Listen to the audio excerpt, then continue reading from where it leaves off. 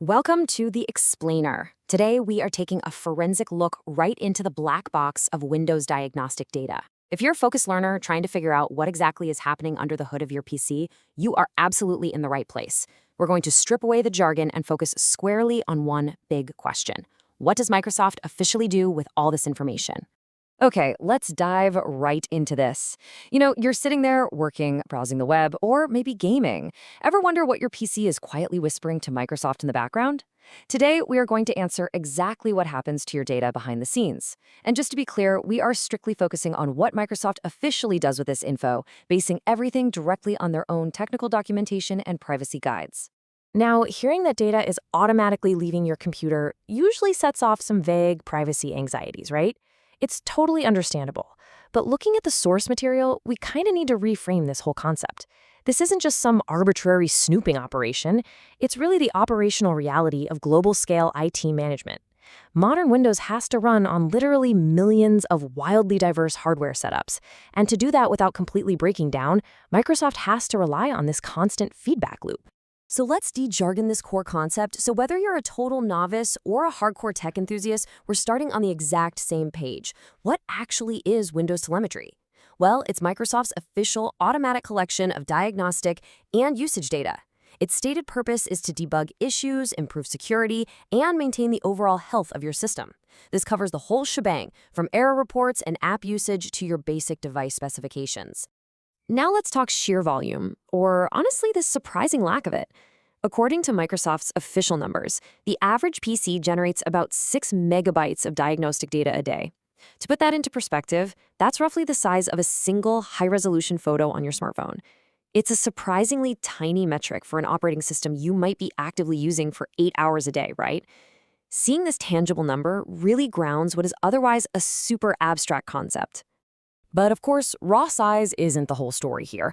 As privacy advocates rightly point out, they care way more about what kinds of data are actually in that stream rather than how large the stream is. I mean, a few megabytes of basic hardware info is one thing, but a few megabytes containing memory state fragments from a system crash, well, that could potentially include sensitive snapshot data of whatever you were working on the exact second an app failed. And that, right there, is exactly why this data flow is so heavily scrutinized. Part 1. Required versus optional data. So the crucial point is how Microsoft officially divides this diagnostic information into two distinct categories. We need to distinguish between the baseline data Microsoft absolutely demands and the behavioral data you actually have control over. Required data is the bare minimum needed to keep the device secure, up to date, and operating normally. It just checks your device capabilities and handles basic reliability. Optional data, on the flip side, adds much richer context. This is where you find things like your app usage signals, website activity for certain components, and that enhanced crash information we just talked about, which might include those memory states. And here's a really important reality check. Even if you go deep into your settings or use enterprise registry policies to request maximum privacy, you aren't creating a total data vacuum. Microsoft strictly preserves a required data floor. They maintain that without this baseline reporting, officially supporting the platform at scale becomes basically impossible. So they insist on this minimum flow just to ensure the operating system stays alive and operational across thousands of different PC configurations. Part 2. Keeping the system secure. So let's look at the practical, operational reality of this baseline data. What are they officially doing with it? This table is great because it translates some very sterile Microsoft code into plain English use cases. Take a look at the appraiser events, for example. Microsoft uses these to actively verify your hardware, like checking your CPU and TPM compatibility, so they know for sure that a massive Windows update won't brick your specific machine. Then you've got Census Flighting, which checks data from Windows Insider pre-release builds to test stability before a public rollout. And Store Agent Begin Install tracks updates for built-in, first-party apps like Mail and Calendar. Microsoft warns that without this specific signal, they wouldn't be able to track install failures or fix critical vulnerabilities in those core apps. Part 3. Finding and fixing bugs. Beyond just preventative security, there's the active troubleshooting side. I love this part. Let's trace the actual step-by-step lifecycle of a single byte of crash data. Step 1. An app crashes on your device. Super annoying, right? Step 2. A diagnostic event is immediately generated, sending those error details and potentially memory state straight to Microsoft. Step 3. Microsoft systems ingest this and start looking for patterns across millions of uniquely configured devices. They might suddenly realize, oh wow, this specific crash only happens on devices with 16 gigs of memory running this one particular audio driver.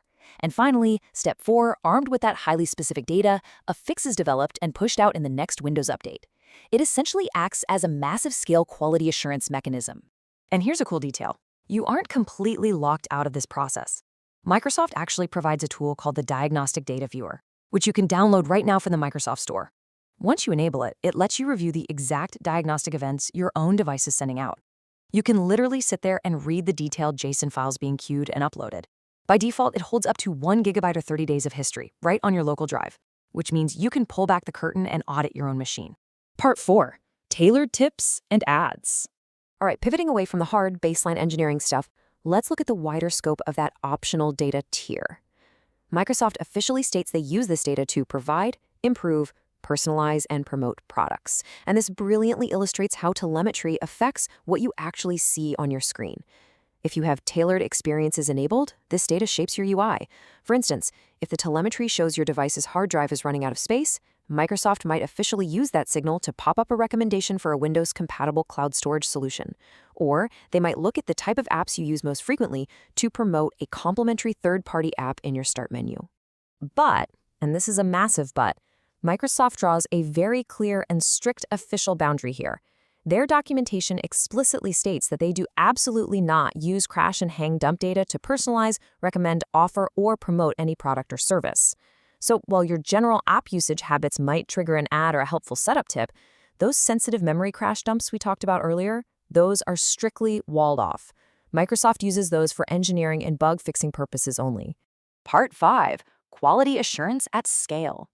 Which brings us to the big picture here. We really have to wrap our heads around the fact that modern Windows is no longer just a static, one-and-done installation from a CD-ROM. It is a continuous service platform. Because the PC ecosystem is just wildly diverse, we're talking millions of combinations of motherboards, graphics cards, drivers, and peripherals, Microsoft completely relies on these diagnostic signals. It is quite literally the necessary lifeline that allows a single cumulative update to roll out safely and keep a living, breathing operating system stable across the entire globe. So I want to leave you with this final thought to chew on. If this constant background stream of diagnostic data is quite literally just the price of admission for a stable operating system in our modern digital world, is the telemetry black box a fundamental privacy risk, or is it actually the ultimate safety net keeping the entire global IT ecosystem from crashing down? Thank you so much for exploring this fascinating data flow with me today on The Explainer. Keep digging, keep learning, and always keep questioning the systems that power your world. Catch you next time.